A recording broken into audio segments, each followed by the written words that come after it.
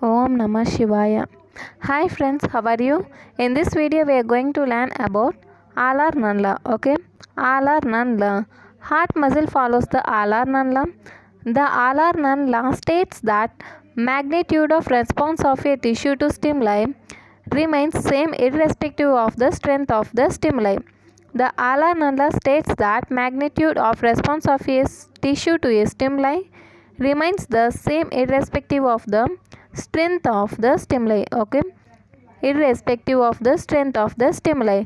That means if the tissue responds, it responds optimally or it does not respond at all.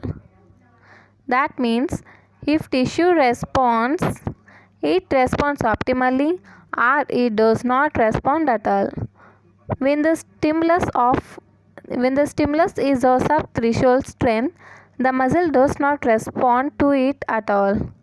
And if the stimulus is of the threshold intensity, the muscle exhibits the optimum response.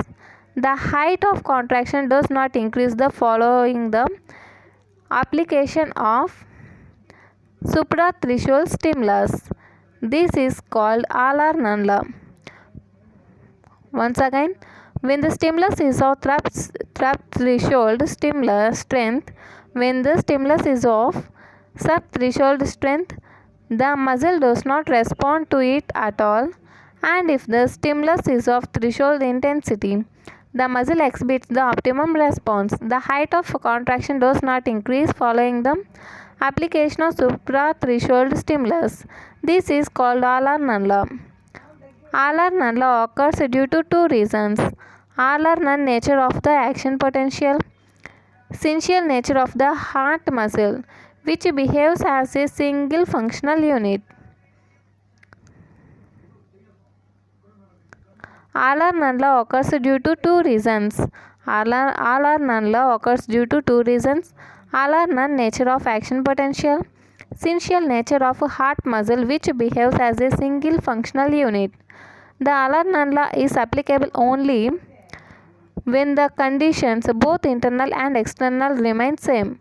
The alar nanla is applicable only when the conditions, that means both internal and external, remain same. The response may change if the condition is changed. Response may change if the condition is changed.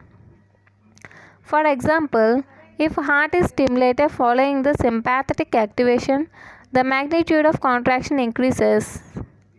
Okay, in this case, the excitability and contractibility of the heart is changed by sympathetic stimulation and therefore change the magnitude of the contraction. The alar nanla is applicable only when the conditions both internal and external remain same.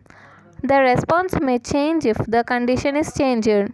For example, if the heart is stimulated following the sympathetic activation, the magnitude of contraction increases.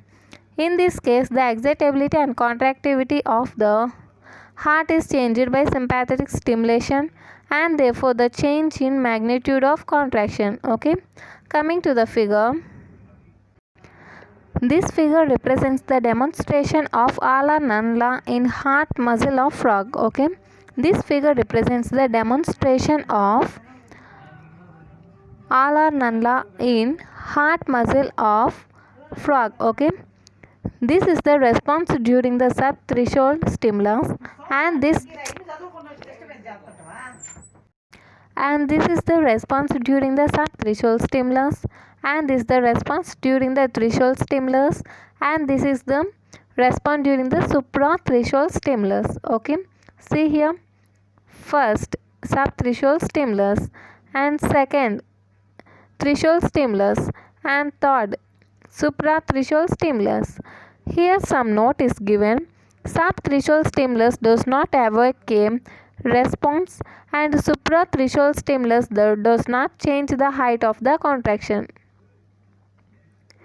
See here, at sub-threshold stimulus, no response at all. Okay, if you see here, at supra-threshold stimulus, there is no change in height of contraction at all. Okay, this is about the alar nanla. Okay guys, if you like this video, like, share and subscribe. Thank you.